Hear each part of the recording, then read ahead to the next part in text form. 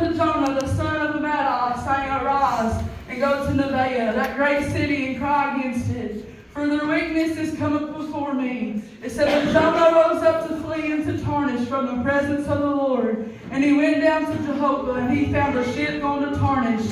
So he paid the fare thereof, and went down into it, to go with them unto Tarshish from the presence of the Lord. And I just feel like sharing my testimony tonight, if that's all right. It's like I said, there's just something down inside of me just telling me I gotta tell it. But I thank God for all that He's done for me. But I was thinking as Titus was singing that song, Give Me Faith. Let me tell you, there was some faith that had to go in me to get me where I am today. There was me believing that God could get me there is where it got me today. And I'm so thankful. But when I was reading that, I began to think that we can't fulfill our calling when we're too busy running tonight. I'm here to tell you, there's been many times in my life I wanted to look back. I didn't think I was fit to do this, but I'm here to tell you, God will always come by and tell you that you can do it. He'll be there right to remind you when you feel like you got nobody else in your corner. He's always right there. And I began to think about when I was first getting called to preach. I got saved when I was 7 years old. But you know how we are when we get saved, sometimes we'll be in it for a little bit, and I didn't really feel like I had,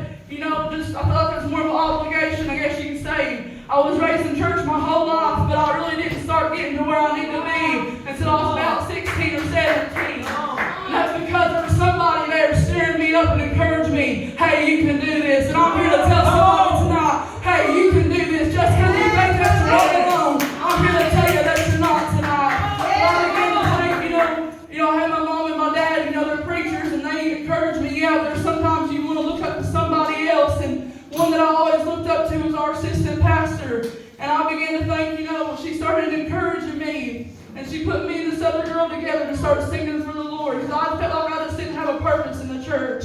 We started singing, and before you know it, I started testifying. And before I started testifying, there came the preaching. And I'm here to tell you, back then I probably wouldn't even, I stood against the wall. And like I said, I'm a very shy person.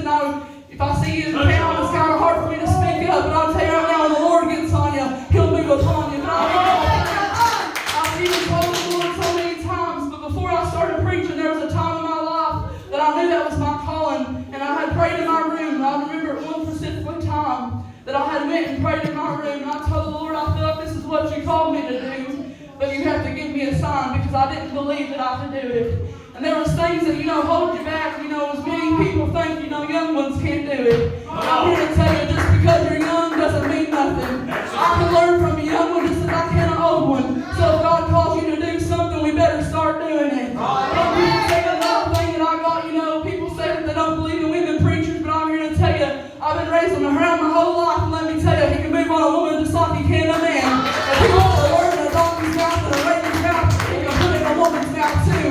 Mary was the first one to carry the word, so why can't we? But I'm here to tell you tonight, God is still calling people, but we get too busy running and afraid that we can't do it tonight. And then another thing that I had struggled with is, like I said, I was shying backwards, and I just didn't have the faith in myself that I could do it. I really didn't. Standing here, sometimes I feel like you feel like you're still all alone, and feel like you have to press sometimes. But I'm going to tell you right, when you think you're alone, God's always right there. He'll always be that best friend for you. But I began to think about that. I found myself, I started reading this verse. That's what the Lord had gave me the title of the message before I started studying on it.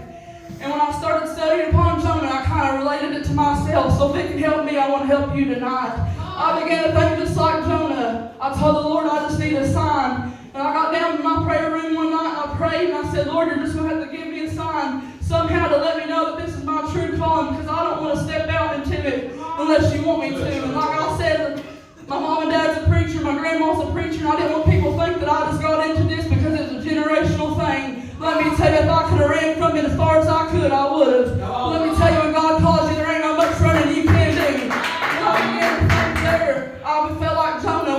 When the Lord came and told me, you got to do this and preach the gospel to other people, I thought, Lord, I can't do that. And I was just like Jonah. I wanted to flee from the presence of the Lord. I wanted to flee away from it. I didn't want no part of it. Yeah, I thought going to church was great, but up to me, standing up in front of people was never my thing.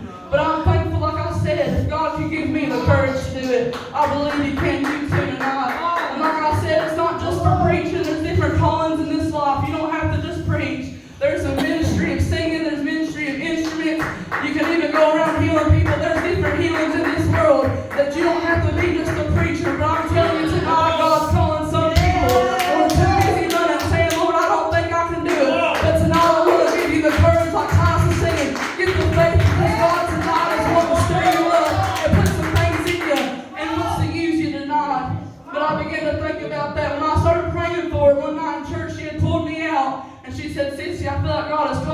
put a calling on your life. And she said, I don't even have to tell you what it is. You already know. And she said, I'm not even going to tell you. You're going to tell me. That way that when people say that I called you, you can be a confirmation of it. And I told her, I said, I feel like I'm called to preach. And she said, Sissy, that's what it is. And not too long after that, God gave me a stirring in my heart like no other. And I said, Lord, if you just help me, that's what I want to do.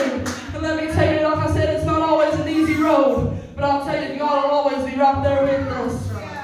Now I want to read in Jonah chapter 1, verses 15 through 17. It says, So he took up Jonah and cast him forth into the sea, and the sea ceased from her raging. Then the men feared the Lord exceedingly, and offered a sacrifice unto the Lord, and made vows. And the Lord had prepared a great fish to swallow up Jonah, and Jonah was in the belly of the fish 3 days and 3 nights. Then chapter 2, verses 1 through 2 says, And Jonah prayed unto the Lord, his God, out of the fish's belly. And he said, I cried by reason of my affliction unto the Lord, and he heard me out of the belly of hell. Cried I, and thou heardest my voice. And then verse 10, And the Lord spake unto the fish, and it vomited out Jonah upon the dry land. And then chapter 3, verses 1 through 2, And the word of the Lord came unto Jonah the second time, saying, Arise, and go to Nineveh, that great city, and preach the preaching that I bid thee. And I just want to tell somebody, like I said, I ran from it that time, and I felt that at that point in my life I was already running from it for over a year. And I just felt like, that's what the Lord had called me to do. But there's another time in my life where I had, when you first graduate high school, and it's just when I started preaching, that after you graduate high school, the first thing in your mind is to get a job and make some money. And that's what I wanted to do. And when I did, I had got a job, the first one that came to me. And when I did, there came a point in my life where I was bound in depression, anxiety. How many's ever been there before where you feel like Mom was talking about, there's a stage in your life sometimes where you have to go through that season. But looking back now, I can tell you it's probably one of the best seasons that brought me to growth. Come on. And I'll tell you, I began to think about that when I was in that season. I began to think, there was times when I just got called to preach, and Dad talked to Joey about it a little bit before church, and so he's getting on my message already, and didn't even know it. But I began to think during that moment in my life, we have church 3 nights a week, and I missed probably more than 2 nights a week, and I felt spiritually like I was getting low because I was missing so much, and felt like, Lord, this surely can't be what you want me to do. And I remember the times that when I did get there, it was only 5 minutes left of church, I didn't care. I would speed to get there because I was begging for just 5 words, 5 whatever. If I had 5 minutes, I was just begging for somebody to give me a word to encourage me. And I remember the many nights that I would get there, everybody thinks when you're a preacher you don't go through battles, but that's when you feel like you go through the roughest ones. And when I got there, they would hand me the mic and tell me to testify, and I didn't have a testimony. I feel like I couldn't encourage nobody when I was going through the toughest battle of my own life. And let me tell you, there's been times that I felt like I was in the back of the room all by myself when I've been preaching. Let me tell you, that's when I feel like that's when the Lord gives you the most strength to get through it. But I had begun to think about that season in my life, and I remember that I was so bound with that fear that when I came home during the nights, it's not one I like to talk about much, when I had caught many nights of the times I couldn't eat, and I lost so much weight because I was so bound with that fear. I go straight to my room crying, and my mom and dad would follow me in and try to say the words they could to encourage me. Like, when you're a teenager, you don't really care what your mom and dad says. You just think you know the best. So that's what I was thinking. I was thinking, I don't know how I'm going to get through this battle, and everybody was there to encourage me, but still I felt all alone. And there was times that Mom, I couldn't go to sleep by myself, and Mom had to go help me get to sleep every night. And when she would, I'd be shaking in the bed. And even when she got me to sleep, I would toss and turn all night long. And the only thing that kept going through my mind, what I did wrong today, what am I going to do wrong tomorrow? Just those overthinking thoughts that consumed me. And I'm here to tell you that was the toughest moments in my life. But I'm telling you, that's where I found the growth tonight. And I believe that tonight, I don't know what season you're going through, but I began to think, even when I thought that it was over for me, I remember Dad called me up and said, I don't feel like this job is meant for you. And we had began to pray, and I quit the next day after he prayed for me. And after we had prayed about it, I took a break for a while. I said, because that fear came on me, if I get another one, that's exactly what's going to happen next. Well, then after that, I had took about a year break, and then I got another job offer, and I took it. And let me tell you tonight, I'm thankful for that job. At first, the devil consumed my mind again and told me that I couldn't do it. I actually quit. But Dad said, I think you should try it one more time. And I'm going to tell you, I've been there over a year now. And I'm so thankful. I get to go to church every night. I get to do, they even let me off tonight to come here. I'm so thankful that when I thought that I couldn't do it, He gave me the strength to do it. So I don't know what kind of battle you're facing. Yeah, mine was with my job, and it got to me to a point where I had fear and depression and anxiety, and I didn't even care if I got up the next morning. There was even a point in my life where I was going to work that first time, and I said, Lord, there's a semi coming if I can just end it all. But let me tell you, that's where God says you're not ending it today, because there's a calling that I've got for you. There's a calling that I've got for us. Whether you feel like giving up, throwing in the towel, and the song they sing, when I felt like giving in the towel, but God has kept me tonight. And I'm so thankful that day He didn't let me do what I had thought, but He told me, He said, I'm keeping you because there's a great calling that He had upon my life tonight. And I began to think like Jonah. I felt like I was in the belly of hell, and I said, Lord, I'm crying out with my reason, and I need you to save me. Have you ever been there, just crying out, Lord, will you save me one more time? And I'm here to tell you tonight, you might feel like you're in that belly of hell, but God said He's getting ready to spit you on that dry land. He told Jonah, even though, here's how I began to think about it, when he was in the belly of hell, God was still right there listening. Even though that you think that you're in the lowest valley, I'm here to tell you that God is still right there listening to every situation you got ahead of you. But I'm so thankful that God is right there with us. And every time I thought, after I had gotten to that season and God had brought me through it, I felt like He just spoke to me after I read that, arise again and go to Nevaeh and preach what I preached to you bid then. And I'm here to tell you, even though you might feel like I said you're in the belly of hell, and you feel like you just want to be spit upon the dry land again, you will be. And God's going to tell you to rise and go try it again. There's some people in here tonight, I feel like there's a calling, and like I said, it don't matter what type of calling it is. There's callings that God has put in our hearts, and we just need them stirred up a little bit. He's going to pour it out upon you. And I begin to think, we talk about this scripture a lot in our church, Acts 2 and chapter 17. And it shall come to pass in the last day, saith God, I will pour out my spirit upon all flesh. And your sons and your daughters shall prophesy, and your young men shall see visions, and your old men shall dream dreams. And I'm here to tell you tonight, I believe He's pouring out that spirit, but it's going to take me and you to grab a hold of it and say, Lord, even though I feel like I'm in the lowest valley, I don't feel like I don't see the purpose of why I'm here, but I'm here to tell you tonight, even though you feel like you're running to and fro, God's saying there's still a calling, and there's still a purpose if you would just rise up and go to Nevaeh tonight. But I thank God, and He says in Revelations 3 and 6, He that hath an ear, let him hear what the Spirit saith unto the churches tonight. And that's what I feel like He's saying. Why are we running? Because God's got a greater calling tonight. And I began to think two other people that come to my mind when I went through my thing. And like I said, we're from Kentucky. I'm probably not the most eloquent, most special you could probably get out there, but I'm telling you, I'm still a vessel tonight. And it don't matter where you're from, who you came from, where you've been, or your past. I don't care where you've been, but I'm here to tell you tonight, God still wants to use you. He didn't say I called your brother or your sister. He said I called you. And I'm here tonight. I'm thankful that He looked down upon me and seen me worthy enough to carry His word. But I began to think like in Exodus 4, chapter 4, 10 through 12, and it says, And Moses said unto the Lord, O my Lord, I am not eloquent, neither heretofore, nor since thou hast spoken unto thy servant, but I am slow of speech and of slow tongue.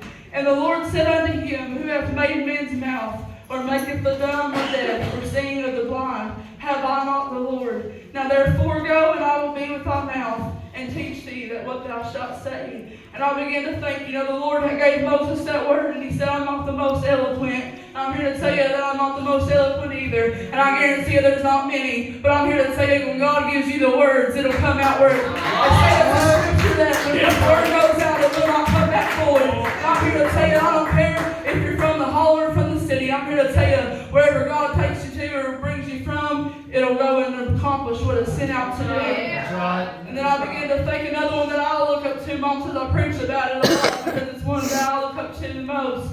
It's in Jeremiah chapter 1, 6 through 7. And it says, Then said I, O Lord God, behold, I cannot speak, for I am a child. But the Lord said unto me, Say, I'm not a child, For thou shalt go all that I shall send thee, and whatsoever I command thee thou shalt speak.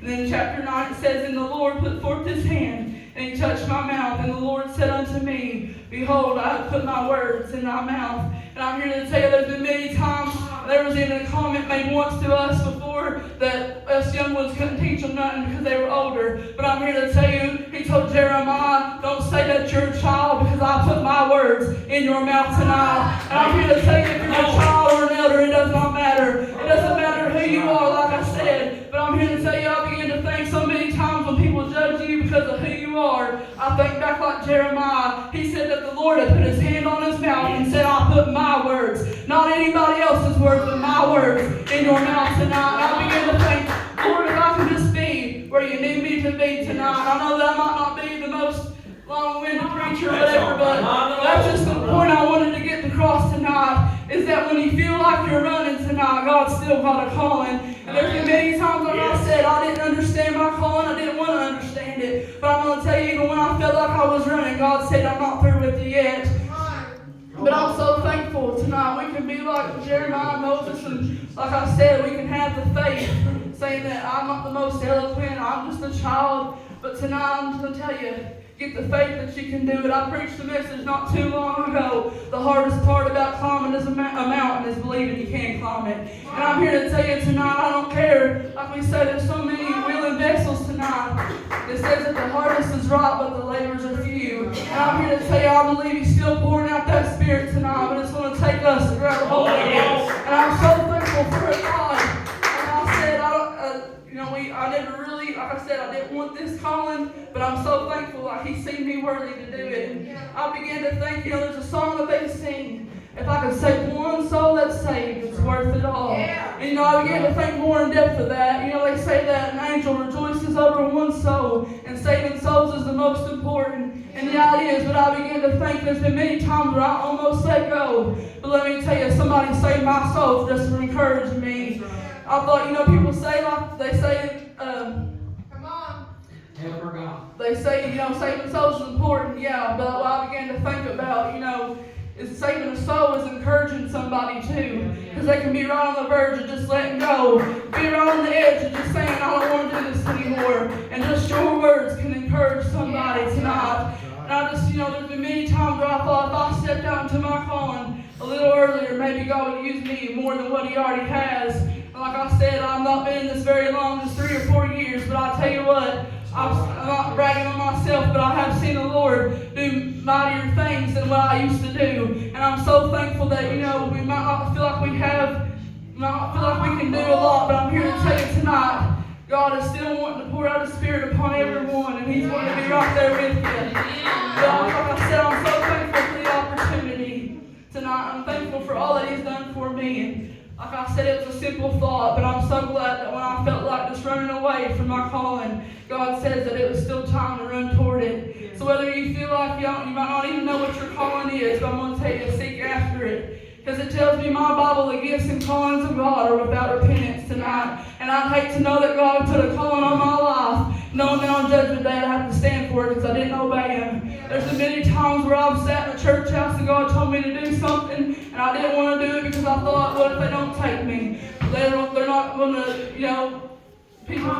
they're not going to take you. They're not going to understand what you're saying to them. You're just a child, like Jeremiah said, but I'm here to tell you, God is always right there with us. And I'm so thankful that even when I felt like giving up on my calling, God was always right there with me. And like I said, it was a simple thought, but I'm so thankful for all He's done for me. Amen.